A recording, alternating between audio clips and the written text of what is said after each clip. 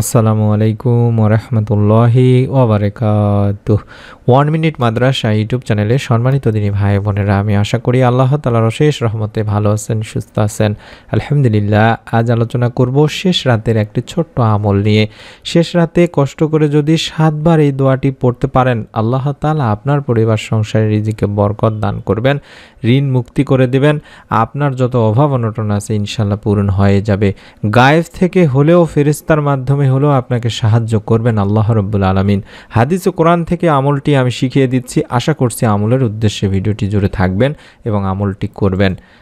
রহমতের প্রহর বা সময় বলতে রাতের শেষ তৃতীয়াংশকে বোঝায়। ওলি আউলিয়ারা এই সময়কে ইবাদত বন্দেগীর উত্তম সময় হিসেবে বেছে নিতেন। এই সময়ে নবী করিম সাল্লাল্লাহু আলাইহি ওয়াসাল্লাম ও সাহাবারা নফল নামাজ, কোরআন তেলাওয়াত, জিকির, আজকার ও মোরাকাবা করতেন। এছাড়া হযরত রাসূলুল্লাহ সাল্লাল্লাহু আলাইহি ওয়াসাল্লাম প্রায় সারা রাতই আল্লাহর দরবারে নামাজ, কান্নাকাটি, নফল ইবাদতে মশগুল থাকতেন। তিনি শেষ রাতে বিভিন্ন নফল ইবাদত শেষে কিছুক্ষণ ঘুমাতেন, তারপরে উঠে আবারও ফজরের সালাত আদায় করতেন। সাহাবাদের অনেককে নবী করিম সাল্লাল্লাহু আলাইহি সাল্লামকে অনুসরণ করে সারা রাত ইবাদত করতে বলছিলেন, যদিও নবী করিম সাল্লাল্লাহু আলাইহি ওয়াসাল্লাম চাইতেন না তারা এতটা কষ্ট করুক। আর আমরা জানি রহমতের সময়ই হলো রাত 3টা থেকে ফজরের আগ পর্যন্ত, কারণ এই সময় প্রকৃতি থাকে নীরব, পরিবার পরিজনও থাকেন ঘুমিয়ে, জাগতিক কোনো কাজকর্মেরও তারা থাকে না। ফলে এই সময় আল্লাহর ধ্যান বা মোরাকাবা, নফল নামাজ আদায়, জিকির, আজগার, দরুদ পাঠ ও তাসবিহ তাহলিলের অতি উত্তম একটি সময় হিসেবে ধরা হয়ে থাকে। কারণ গভীর রাতের এই ইবাদতগুলো এত মন দিয়ে করা যায় যে এতে সাধকেরা সাধনার সোপান অতিক্রমের উৎকৃষ্ট সুযোগ পান। আর রাতের তৃতীয়াংশে ইবাদতের কথা কোরআন ও হাদিসের বিভিন্ন স্থানে নির্দেশিত হয়েছে। বলা হয়েছে এই সময় আল্লাহ তাআলা বান্দার ডাকে অধিক সাড়া দেন। তিনি বান্দাকে অনুপ্রাণিত করতে থাকেন, তাকে ডাকতে বলেন, তার ইবাদত করে তার নৈকট্য লাভের আহ্বান করেন। হযরত আবু হুরায়রা রাদিয়াল্লাহু তাআলা আনহু থেকে বর্ণিত, হযরত রাসূলুল্লাহ সাল্লাল্লাহু আলাইহি সাল্লাম বলেছেন, আমাদের প্রতিপালক প্রতি রাতের যখন শেষ তৃতীয়াংশ অবশিষ্ট থাকে তখন প্রথম আসমানে অবতরণ করেন এবং বলতে থাকেন, হে বান্দা, আমার কাছে প্রার্থনা করো, আমি তোমার প্রার্থনা কবুল করব। আমার কাছে তোমার কি চাওয়া আছে চাও, আমি তা দান করব। আমার কাছে তোমার জীবনের গুনাহের জন্য ক্ষমা প্রার্থনা করো, আমি তোমার গুনাহ মাফ করব, ক্ষমা করব। বুখারী শরীফের একটি সহিহ হাদিস। এভাবে আল্লাহ তাআলা ফজরের আগ পর্যন্ত তার বান্দাদের ডাকতে থাকেন। আর যে বান্দা তার মাবুদ মাওলাকে সেই সময় ডাকার মতো ডাকতে পারেন, আল্লাহর নিকট কাকুতি মিনতি করতে পারেন, রহমতের আমলের বদৌলতে আল্লাহ তার ভাগ্যের দরজা খুলে দেন। আর এই সময়টিতেই আমরা বেশি বেশি করে আল্লাহ রাব্বুল আলামিনের কাছে রিজিকে বরকত চাইব, আল্লাহ তাআলার কাছে, যাতে করে আমাদের মনের যত নেক আশাগুলো আছে সেগুলো খুব সুন্দর করে তুলে ধরতে পারি। সেই জন্য এই সময়টিকে আমরা বেছে নিব। অর্থাৎ শেষ রাতের আমল যেহেতু আল্লাহ তাআলা কবুল করে থাকেন, বান্দার মনে নেক আশা পূরণ করে থাকেন, এই সময়টিতে আমরা কম করে হলেও 100 বার আগে দরুদ পাঠ করে নেব, 2 রাকাত নফল নামাজ আদায় করে।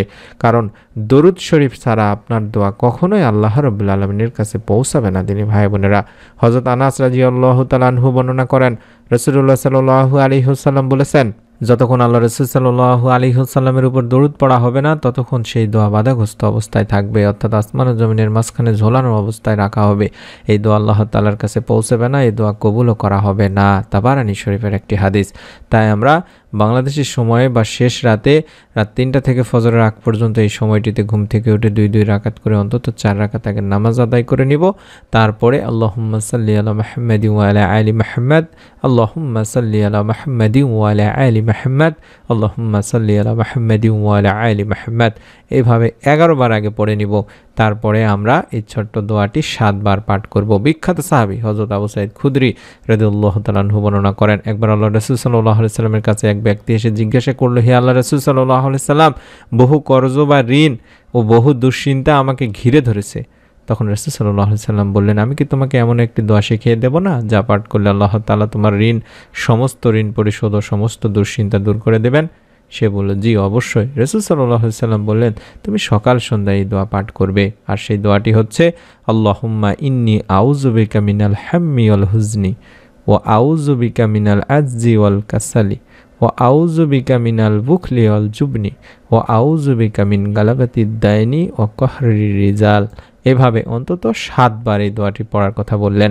তখন নবী করিম সাল্লাল্লাহু আলাইহি ওয়াসাল্লাম ওই দোয়াটি, যে দোয়াটি শিখিয়ে দিয়েছিলেন, সেই দোয়াটি, সেই নবী করিম সাল্লাল্লাহু আলাইহি ওয়াসাল্লাম যে দোয়াটি তাকে শিখিয়ে দিলেন, ওই লোকটি বললেন, আমি নিয়ম করে যথারীতি হুজুর পাক সাল্লাল্লাহু আলাইহি ওয়াসাল্লামের কথা মতো এই দোয়াটি আমি সকাল সন্ধ্যায় আমল করা শুরু করে দেওয়ার ফলে আল্লাহ তাআলার পক্ষ থেকে আমার সমস্ত ঋণ আদায় এবং আমাকে সর্বপ্রকার চিন্তা পেরেশানি থেকে মুক্তি করে দিলেন। সুবহানাল্লাহ, সুবহানাল্লাহ। মনের মধ্যে যদি 100% বিশ্বাস থাকে দিনী ভাই বোনেরা, তাহলে আল্লাহ তাআলা আপনারও ঋণ, আপনারও অভাব অনটন দূর করে দেবেন। কারণ এটি মিশকাত শরীফের একটি হাদিস, যেখানে আমি আবারও দোয়াটি দেখাচ্ছি, আল্লাহুম্মা ইন্নী আউযু বিকা মিনাল হাম্মি ওয়াল হুজনি ওয়া আউযু বিকা মিনাল আজজি ওয়াল কাসলি ওয়া আউযু বিকা মিনাল বুখলি ওয়াল জুবনি ওয়া আউযু বিকা মিন গালাবাতিদ দাইনি ওয়া কাহরির রিজাল। এটি মিশকাত শরীফে রয়েছে। হে আল্লাহ, আমি আপনার কাছে আশ্রয় চাচ্ছি দুশ্চিন্তা ও দুর্ভাবনা থেকে, আরও আশ্রয় চাচ্ছি অক্ষমতা ও অলসতা থেকে, আরও আশ্রয় চাচ্ছি ঋণের ভারে জর্জরিত হওয়া এবং মানুষের চাপের সম্মুখীন হওয়া থেকে। অর্থাৎ এই একটি দোয়ার মধ্যে দিনী ভাই বোনেরা আমি অর্থটি দেখাচ্ছি এই জন্যেই যে নিজেরাই চিন্তা করে দেখুন আল্লাহ তাআলার কাছে আমরা এই ছোট্ট দোয়ার মাধ্যমে কিভাবে সাহায্য চাচ্ছি। এবং আল্লাহ রাব্বুল আলামিন এই জিনিসটি সবচেয়ে বেশি পছন্দ করে থাকেন। আর এই শেষ রাতে যেহেতু আল্লাহ তাআলা তার বান্দাদেরকে মাফ করবেন, ক্ষমা করবেন, কার কি চাহিদা আছে, কার কি প্রয়োজন, নিজেই ডেকে ডেকে তার বান্দাদেরকে বলতে থাকেন যে আমার কাছে তোমরা কি চাও সেটা আমি তোমাকে দিয়ে দিব, এখনই চেয়ে নাও, তোমার গুনাহের জন্য ক্ষমা চাও, আমি ক্ষমা করব, তোমার কি প্রয়োজন, তুমি কি দুঃখের মধ্যে আছো, কষ্টের মধ্যে আছো, আমাকে বলো, আমি তোমার দুঃখ কষ্ট পেরেশানি দূর করে দেব। এমন মহান রব্বুল আলামিন, ক্ষমাশীল মহান রব্বুল আলামিন, আপনি যদি চাইতে পারেন আল্লাহ রব্বুল আলামিনের কাছে, আল্লাহ তাআলা আপনার চাওয়া কখনোই ফিরাবে না। আপনার মনের মধ্যে যদি 100% বিশ্বাস থাকে, এই আমলটির মাধ্যমে আল্লাহ রব্বুল আলামিন আপনার পরিবারে রিজিক দেবেন, আপনার অভাব অনটন দূর করবেন, রিজিকে বরকত দান করবেন, তাহলে আপনিও এর ফল পাবেন। তাই অনুরোধ করছি, এখন পর্যন্ত যারা নিয়ত করেননি, নিয়ত করে ফেলুন, মনে মনে নিয়ত করুন, অথবা ভিডিওটিতে একটি লাইক দিয়ে কমেন্ট সেকশন অন্তত কিছু একটা লিখে বা আমিন লেখার মাধ্যমে হলেও নিয়ত করুন। এবং অনুরোধ করব, নিজে আমল করুন, আপনার নিকট আত্মীয় স্বজনদেরকেও আমলগুলো করার কথা বলবেন, এর ওসিলায় আপনি সওয়াব পাবেন। এবং অনুরোধ করছি যারা ভিডিওগুলো দেখেন এখন পর্যন্ত চ্যানেলটি সাবস্ক্রাইব করেননি, 1 মিনিট মাদ্রাসা চ্যানেলটি সাবস্ক্রাইব করুন। আমরা প্রতিদিন নতুন নতুন আমলের ভিডিওগুলো দেওয়ার চেষ্টা করি এবং পরীক্ষিত আমলের ভিডিও দিয়ে থাকি দিনী ভাই বোনেরা। আপনারা কম বেশি সকলেই জানেন যে আমলগুলো আমরা শিখিয়ে দেই কোরআন হাদিস থেকে, সেগুলো যদি মনের মধ্যে 100% বিশ্বাস নিয়ে করতে পারেন, আল্লাহ তাআলা আপনাকে কখনোই নিরাশ করবেন না। 1 দিন 2 দিন 1 মাস 2 মাস আল্লাহ তাআলা আপনার যখন প্রয়োজন উত্তম কল্যাণকর হবে তখন আপনাকে এই আমলের ওসিলায় অবশ্যই অবশ্যই এর ফল দান করবেন। আল্লাহ তাআলা আপনাদের সকলকে আমলটি করার মাধ্যমে আপনার মনের নেক আশা পূরণ করে দিন। আমরা সকল সাবস্ক্রাইবারদের জন্য দোয়া করে থাকি, বিশেষ করে জুমার দিন। তাই দোয়ার অংশীদার হওয়ার জন্য হলেও চ্যানেলটি সাবস্ক্রাইব করে একজন আমাদের সাবস্ক্রাইবার হয়ে যান, মেম্বার হয়ে যান। সকলে ভালো থাকুন, সুস্থ থাকুন। নতুন ভিডিও দেখার আমন্ত্রণ জানিয়ে আজকের মতো বিদায় নিচ্ছি। আসসালামু আলাইকুম ওয়া রাহমাতুল্লাহি ওয়া বারাকাতুহু।